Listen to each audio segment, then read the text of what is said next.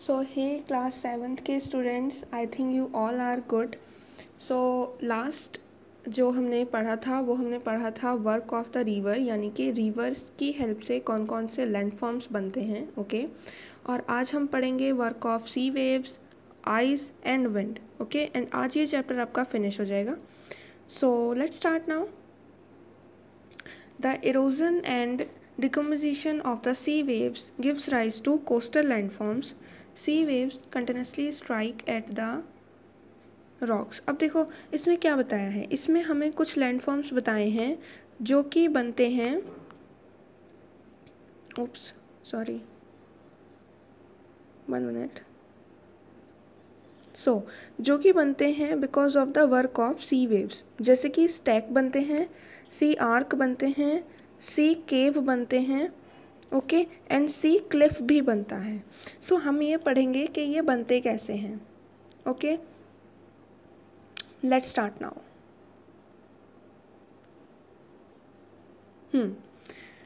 सबसे पहले क्या होता है, the erosion and decomposition of sea waves give rise to coastal landforms. Sea waves continuously strike at the rocks. जो erosion और डिकम्पोजिशन है, यानी कि मिट्टी का एक जगह से उठना और एक जगह पे डिपॉजिट हो जाना, मिट्टी का ही नहीं किसी भी चीज़ का, यहाँ पे सी वेव्स का. ठीक है, तो ये गिव राइज करता है कुछ कोस्टल लैंडफॉर्म्स को, और आज हम उन्हीं के बारे में पढ़ रहे हैं. Sea waves continuously strike at the rocks. अब जो सी वेव्स हैं, जैसे मान लो इधर ये एक पत्थर है, व्हाट्स हैपनिंग, जैसे मान लो इधर ये एक पत्थर है, ठीक है, और ये सी वेव्स हैं, ऐसे ऐसे नदी बह रही है, तो ये बार बार इस रॉक पे लगेंगी. ठीक है, और इस रॉक में एक यहाँ पे क्रैक आ जाएगा. ठीक है, ये बात यहाँ पे लिखी हुई है, क्रैक्स डेवलप. सी यहाँ पे लिखा हुआ इन लोगों ने, जैसे कि ये कंटिन्यूसली रिवर यहाँ पे स्ट्राइक करती रहती है पत्थर पे, तो उसके फ्रिक्शन की वजह से यहाँ पे एक क्रैक्स आ जाते हैं. ठीक है, अब जब क्रैक्स आए हैं तो तोड़ फोड़ भी ज़रूर होगी, राइट. उसके बाद में over time they become larger and wider. अब कुछ टाइम के बाद में जो क्रैक्स होते हैं वो लार्जर होने लग जाते हैं और वाइडर होने लग जाते हैं. ठीक है, हो गए वाइडर लार्जर. अब क्या होता है, thus hollow like caves are formed on the rocks, they are called sea caves. अब क्या होता है, हॉलो लाइक केव्स फॉर्म हो जाती हैं इनकी वजह से. अब वो क्या होती हैं, जैसे कि कुछ ऐसा, ठीक है, यानी कि इतना पत्थर ख़त्म ही हो गया है यहाँ से. ओके, इतना पत्थर अपने साथ ले गई है रिवर. ठीक है, तो उसे हम क्या कहेंगे, यहाँ पे देखो, उसे हम कहेंगे सी केव. ठीक है, कुछ ऐसा हो जाता है एक पत्थर के साथ. ठीक है, ऐसा कुछ, because of the flow of river sea waves. ठीक है, अब क्या होता है, as these cavities become bigger and bigger only the roof of the caves remain. यहाँ पे क्या होता है कि जैसे ये बड़े से बड़े होते जाते हैं, ये 1 मिनट, जैसे ये बड़े से बड़े होते जाते हैं तो ये बना लेते हैं सी आर्क. ओके, और एक टाइम ऐसा आता है कि सिर्फ इनकी रूफ बचती है. अब सिर्फ इसकी रूफ बची है, देखो यहाँ देखो, ये सी आर्क है. अब एक टाइम ऐसा आएगा कि ये इतना इतना इतना बढ़ता जाएगा और सिर्फ ये रूफ बचेगी इसकी. ओके, इस को भी हम क्या कहेंगे, सी आर्क कहेंगे. Further erosion breaks the roof and only walls are left. अब क्या होगा, अब एक टाइम ऐसा आएगा कि ये रूफ भी नहीं बचेगी. ओके, ये रूफ भी नहीं बचेगी, ये बिल्कुल ही ऐसा टूट जाएगा, ये एक पार्ट हो जाएगा, ये सेकंड पार्ट हो जाएगा, ये वॉल्स बन जाएंगी, और ये कुछ ऐसा स्टेक बन जाएगा. यानी कि किसी ज़माने में ये दोनों पत्थर भी कनेक्टेड थे, बट ऐसा आर्क बन गया, पहले सी केव बना, फिर सी आर्क बना, और ये टूटते टूटते बेचारा पूरा ही टूट गया. अब इस बात को यहाँ पे समझो, ये हमारा रॉक है, राइट. अब ये यहाँ पे आर्क बनी हुई है. अब ये आर्क इसकी इतनी बड़ी हो जाएगी, तो एक रॉक ये हो गया, और एक रॉक ये हो गया। अब इन दोनों को हम क्या कहेंगे, वॉल्स कहेंगे। ओके, ये दोनों वॉल्स हैं और ये बीच में से टूट चुका है, ठीक है।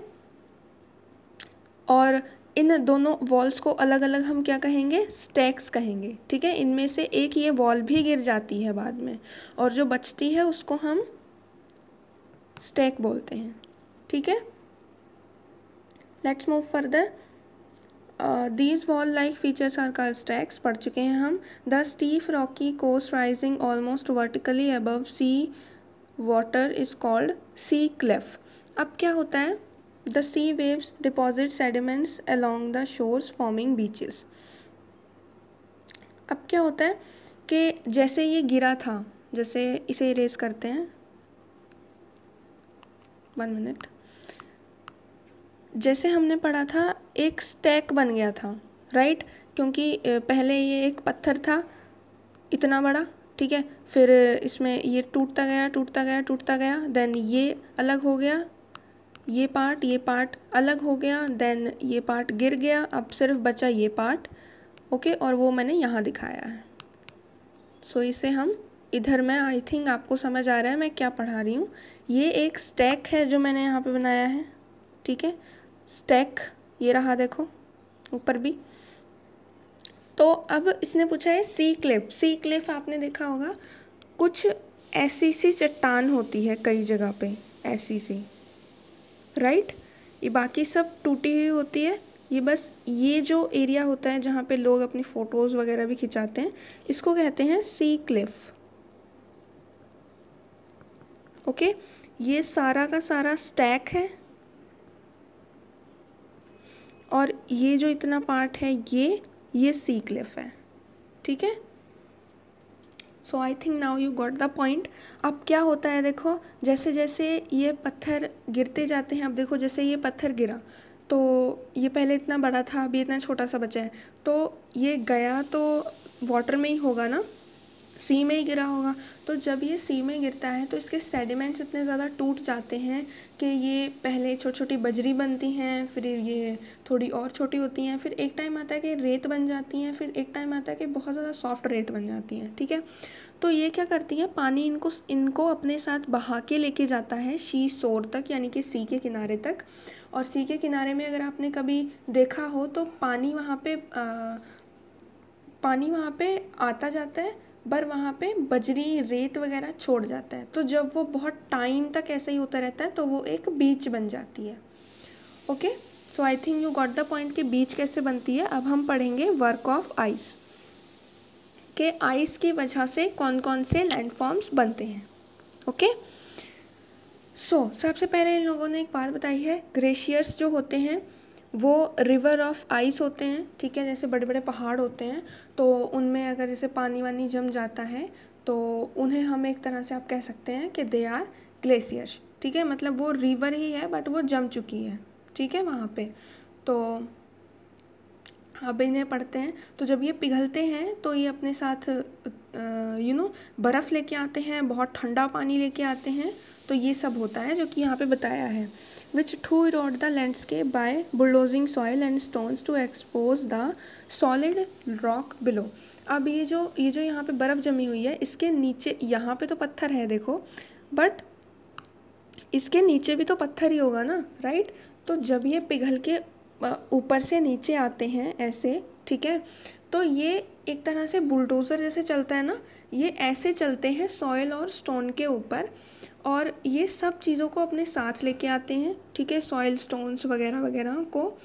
और ये इतने ज़्यादा, जब ये सारे के सारे नीचे बह जाते हैं तो इनके नीचे जो पत्थर होता है, सॉलिड रॉक, वो दिखने लग जाता है, ठीक है, वो एक्सपोज हो जाता है, यानी कि वो दिखने लग जाता है हमें। अब glaciers curve out deep hollow there. अब जहाँ पे ये बहुत ज़्यादा इन लोगों का एक तरह से फोर्स लगती है, क्योंकि ये बुलडोज़र की तरह आते हैं, तो जहाँ पे ये लैंडफॉर्म ऐसे होता है उसको ये कुछ ऐसा बना देते हैं, ठीक है, वहाँ पे एक बेंड सा आ जाता है। ओके, और अब देखो जब सारा का सारा पानी तो यहाँ से बह गया, ठीक है, सारा का सारा पानी तो यहाँ से बह गया ऐसे, ठीक है, मतलब आइस तो सारी की सारी बह गई, बट जब यहाँ पे गर्मी होगी तो यहाँ पे आइस मेल्ट होगी, ठीक है। अब आइस मेल्ट होगी तो क्या बनेगा, वाटर बनेगा, तो वाटर यहाँ पे डिपॉजिट हो जाता है, ठीक है, जिसकी वजह से लेक्स बन जाते हैं। तो इसे हम कहेंगे कि ये एक ब्यूटीफुल लेक है, ठीक है, यही बात यहाँ पे लिखी हुई है। As the ice melts, they get filled with water and become beautiful lakes in the mountains. Okay, I think now you got the point. The material carried by the glaciers such as rocks, big and small, sand and silt gets deposited. These deposits form glacier मोरनीस। तो अब यहाँ पे क्या बताया है कि जैसे हमने पढ़ा था कि वर्क ऑफ रिवर में पढ़ा था हमने कि जब रिवर की एक बार तो स्पीड बहुत ज़्यादा होती है, जब रिवर की स्पीड कम होने लग जाती है तो वो अपने जो भी अपने साथ वो डिपॉजिट लेके आती है उसे वो इकट्ठा करना स्टार्ट कर देती है, ठीक है, और उसकी वजह से भी डेल्टा बनता है, राइट। तो यहाँ पे क्या है बताया गया है, यहाँ पे सेम वही चीज़ बताई गई है, जो भी मटेरियल ये कैरी करके लाते हैं ग्लेशियर अपने साथ, वो रॉक हो सकते हैं, स्मॉल बिग हो सकते हैं, सैंड हो सकता है, सिल्ट हो सकता है, तो ये सब डिपॉजिट होने स्टार्ट हो जाते हैं। और जब ये डिपॉजिट होते हैं तो वहाँ पे एक स्ट्रक्चर बन जाता है और उसका नाम ये बताया गया है, glacier moraines. Okay, so I think you got the point. Now let's move further. आगे बढ़ते हैं। Now work of wind we will study. Work of wind काफ़ी ज़्यादा आसान है। Have you ever visited a desert to collect some pictures of sand dunes? अब इसमें ये पूछ रहा है कि आप कभी डेजर्ट वगैरह गए हो क्या, तो कमेंट सेक्शन में बता देना गए हो तो क्या। An active agent of erosion, तो देखो इसमें हम क्या क्या पढ़ेंगे कि विंड की वजह से कितने लैंडफॉर्म्स बनते हैं। तो एक तो ये सैंड ड्यून्स ही बनते हैं, एक तो ये सैंड ड्यून्स ही बनते हैं, ठीक है, सैंड ड्यून्स बनता है। और ये रहा देखो, एक मशरूम रॉक बनता है, और एक चीज़ और थी यहाँ पे, एक लॉयस बनता है, ठीक है, और भी कुछ होगा तो मैं बता दूंगी। तो अब हमें जानना है कि ये तीनों चीज़ें बनती कैसे हैं। ओके, तो अब हम पढ़ते हैं। एक जो एक्टिव एजेंट है of erosion and deposition in the sand is wind. अब विंड की वजह से सैंड में डेजर्ट में जो सैंड है वो एक जगह से उठ भी जाता है, यानी कि उसका इरोजन हो जाता है, और दूसरी जगह पे वो इकट्ठा हो जाता है, यानी कि उसका डिपोजिशन हो जाता है, right. In desserts you can see rocks in the shape of mushroom. अब डेजर्ट्स में देखो, डेजर्ट्स में चलती हैं आंधियाँ विंड की, ठीक है। तो अब यहाँ पे क्या बताया गया है कि डेजर्ट्स में आप मशरूम रॉक्स को ढूंढ सकते हैं, और मशरूम रॉक्स पाए जाते हैं डेजर्ट्स में। अब ये मशरूम रॉक्स बनते कैसे हैं हमें वो पता लगाना है।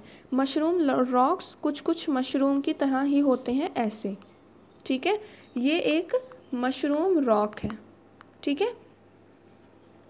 So winds erode the lower section of the rock more than the upper part, therefore such rocks have narrow base and wider top. When the wind blows it lifts and transports sand from one place to another. देखो इसमें ये बताया गया है यहाँ तक कि देखो बेसिकली मशरूम रॉक्स बनते कैसे हैं। अब जैसे विंड चल रही है, ठीक है, इसे मैं इरेज कर देती हूँ 1 मिनट। जैसे मानो ये काले रंग की जो चल रही है ये विंड चल रही है, ठीक है। अब हमें ये जानना है कि मशरूम रॉक बना कैसे। तो जब ये विंड चलेगी तो अपने साथ ही सैंड को भी उड़ाएगी, ठीक है। अब सैंड के पार्टिकल्स जो हैं उनकी डेंसिटी ज़्यादा होती है, मतलब वो भारी होते हैं, ठीक है। तो सैंड के पार्टिकल्स उड़ेंगे कुछ यहाँ पे, ठीक है, विंड के सबसे नीचे। मतलब विंड तो चल ही रही है, विंड तो ये भी है, विंड ये भी है, विंड ये भी है, बट सैंड के जो पार्टिकल्स उड़ेंगे वो सबसे नीचे वाली लेयर में उड़ेंगे विंड की, ठीक है। यहाँ पे है सिर्फ, और यहाँ पे मान लो बहुत कम है, ठीक है बट बहुत कम है, और यहाँ पे बिल्कुल भी नहीं है, ठीक है, बहुत ही कम है। तो हमने यहाँ पे क्या पता लगाया कि जब ये पार्टिकल्स यहाँ पे सैंड के उड़ रहे हैं तो यहाँ पे सबसे ज़्यादा हैं। तो ये फ्रिक्शन की वजह से, फ्रिक्शन आपने साइंस में पढ़ा होगा फ्रिक्शन क्या होता है। फ्रिक्शन की वजह से यहाँ पे क्या होगा कि ये जो रॉक है ये टूटने लग जाएगा, अगेन इसमें क्रैक्स आएंगे, ठीक है, और इसके सेडिमेंट्स बनेंगे और ये यहाँ से छोटा होता जाएगा, छोटा होता जाएगा, ठीक है। तो ये यहाँ से नैरो बेस बन गया इसका, नैरो मीन्स छोटा, ठीक है। और जो ऊपर वाला पार्ट था, क्योंकि उसमें सैंड कम उड़ रहा था हवा में, तो इसलिए उसको कम इरोड किया उसने, ठीक है।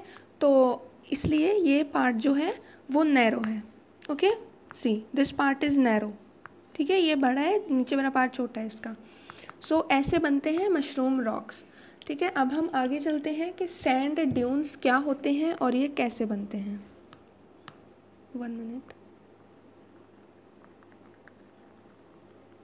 सो लेट्स स्टार्ट सैंड ड्यून्स। अब सैंड ड्यून्स पहली बात तो स्ट्रक्चर होते हैं। ये जो आप स्ट्रक्चर देख रहे हैं यहाँ पे, ये सैंड ड्यून्स हैं, ये सब, ठीक है। ये सब सैंड ड्यून्स हैं यहाँ पे। सो अब हम पढ़ते हैं कि ये बनते कैसे हैं। अरे रे।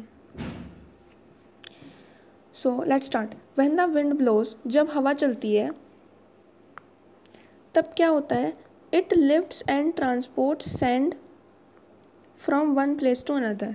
तो ये लिफ्ट करती है और ट्रांसपोर्ट करती है रेत को एक स्थान से दूसरे स्थान पर। When it stops blowing, sand falls and gets deposit in lower hill.